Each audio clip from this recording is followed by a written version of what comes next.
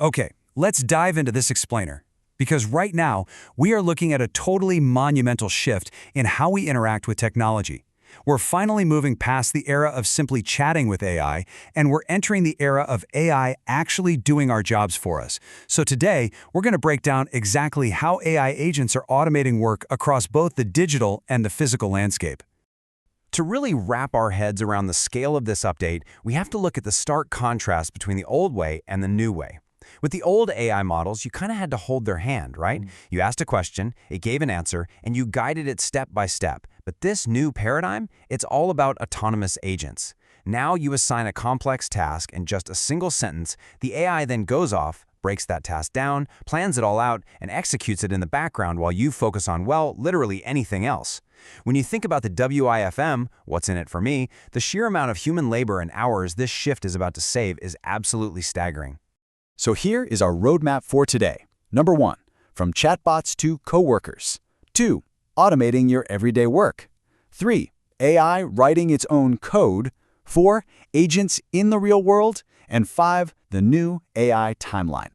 Starting with Section 1, from chatbots to coworkers, the hidden reasoning of AI. To really understand how these agents work, we first have to look inside their brains, which brings up a pretty fascinating question. Does AI actually have a subconscious?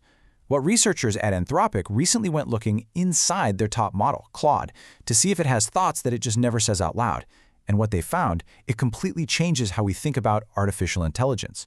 They discovered a pattern they're calling the J-space. So the crucial point is this. J-space is an internal, completely invisible reasoning workspace.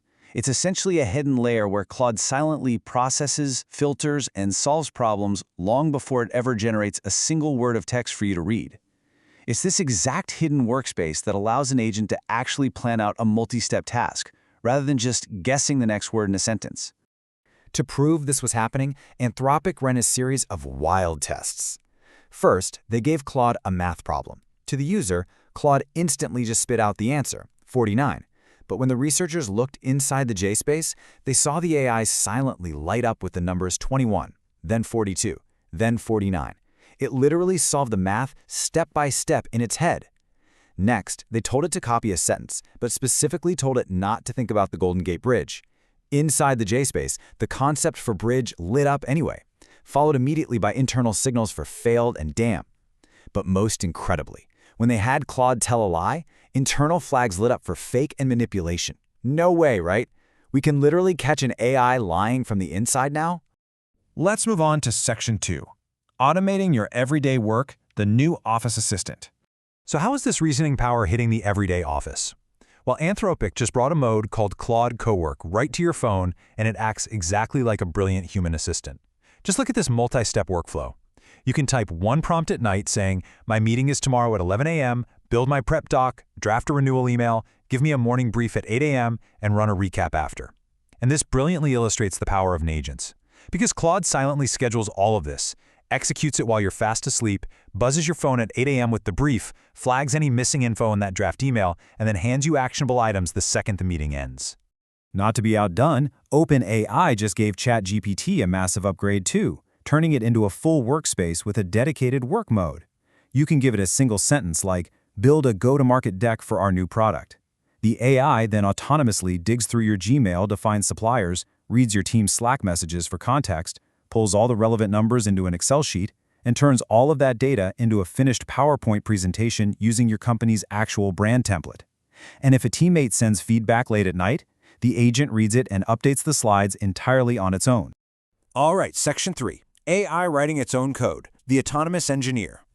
Let's move to the code base, because if AI can write emails and build decks, it can certainly write software. Let's see how this builds into full product development. Notion just launched a concept called ShipOS, designed to handle the entire lifecycle of building software. In this workflow, an AI agent first grabs incoming customer feedback and adds it to a to-do list. Next, an agent plans the fix and pulls research. Then, an agent literally writes the actual code right in front of you. After that, your human team double-checks the work, so making the executive decisions, and finally, another agent ships the update and preps the marketing announcement. The AI does the grunt work, humans just make the final calls. The efficiency gains here are just hard to overstate. Take OpenAI's new Codex mode, which is explicitly designed for this. You point it at a software bug, and it autonomously reads the ticket, simulates the problem on a virtual phone, writes a plan, and fixes the code across a dozen different files. Start to finish, it completes a job that used to take a human engineer an entire full day of work. And it's not just OpenAI doing this. Grok 4.5 from xAI can take a single sentence prompt and instantly build a fully functioning live weather dashboard with a 10-day forecast, or even a book review site featuring a fully 3D interactive shelf. Meanwhile, Sarvam, an Indian AI company, released a tool where you can ask for a call center grading app in plain English. Within a minute, it builds an app that takes a real Hindi audio call recording, transcribes it, hides personal details, and grades the customer service agent's performance. One sentence prompt, one fully functional app, it's wild. Section 4. Agents in the real world, robotics and laboratories. Let's shift our focus out of the digital screen and into physical offices. Mistral recently showed off Roboy Navigate. Now, this isn't a robot relying on super expensive pre-mapped laser rigs. No, it uses a vision model, essentially just a camera, to navigate a real, dynamic office space based solely on plain English commands. You just tell it, enter the working area, turn right between the phone booths, and stop next to the man in the pink shirt. The robot autonomously navigates past lockers and desks, stops and waits if a human steps into its path, and successfully delivers a cup right to the target desk. Out of the corporate office and into the research lab, we're seeing the rise of tools like Open Science. This is an open-source AI platform built specifically for researchers. And the best part? It runs locally on your own computer, meaning your proprietary data stays completely private. But even more importantly, you can give it a complex research question, and it will deploy a team of specialist AI scientists for biology, chemistry, and physics. These agents autonomously pull from dozens of scientific databases, map out 3D protein structures, and run the code to deliver comprehensive results on their own. And finally, Section 5, the new AI timeline, mapping the future. With agents now rapidly automating so much of our world, we have to step back and ask, where is all this macro-level automation heading? Well, a highly influential report about the future of AI was recently revised by a team that includes former OpenAI researcher Daniel Coco. Their previous report predicted AI would take over the world by 2027. Now, they've adjusted that forecast. They noted that while the direction was spot on, agents are indeed automating work and governments are stepping in, the raw speed was just slightly off. As Coco puts it, everything's moving at about 2/3 the pace we guessed, but it's happening. Because of that slightly slower pace, they've outlined a new, highly anticipated forecast. Now, what's really interesting about this slide is that this timeline actually represents the optimistic path.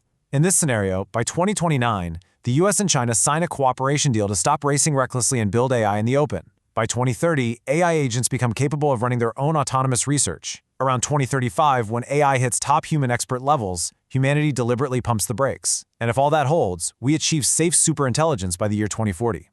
However, the researchers published this report as a very distinct warning. Absolutely everything hinges on global cooperation. If governments and major players do cooperate, we get a safe, managed transition to superintelligence by 2040.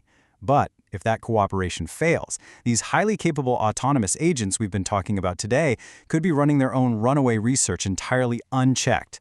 In that high-risk, no-cooperation scenario, superintelligence could arrive way too fast for anyone to control, potentially as early as 2030. We've seen today just how incredibly fast this technology is moving, from chatbots to silent reasoners, all the way to digital software engineers and physical office assistants. So I want to leave you all with this provocative thought. If AI agents can fully run their own research and software development by the year 2030, what exactly is your job going to look like just a few years from now? Take a moment to really think about how these autonomous workflows apply to your own industry. Thank you so much for joining me for this explainer, and keep learning.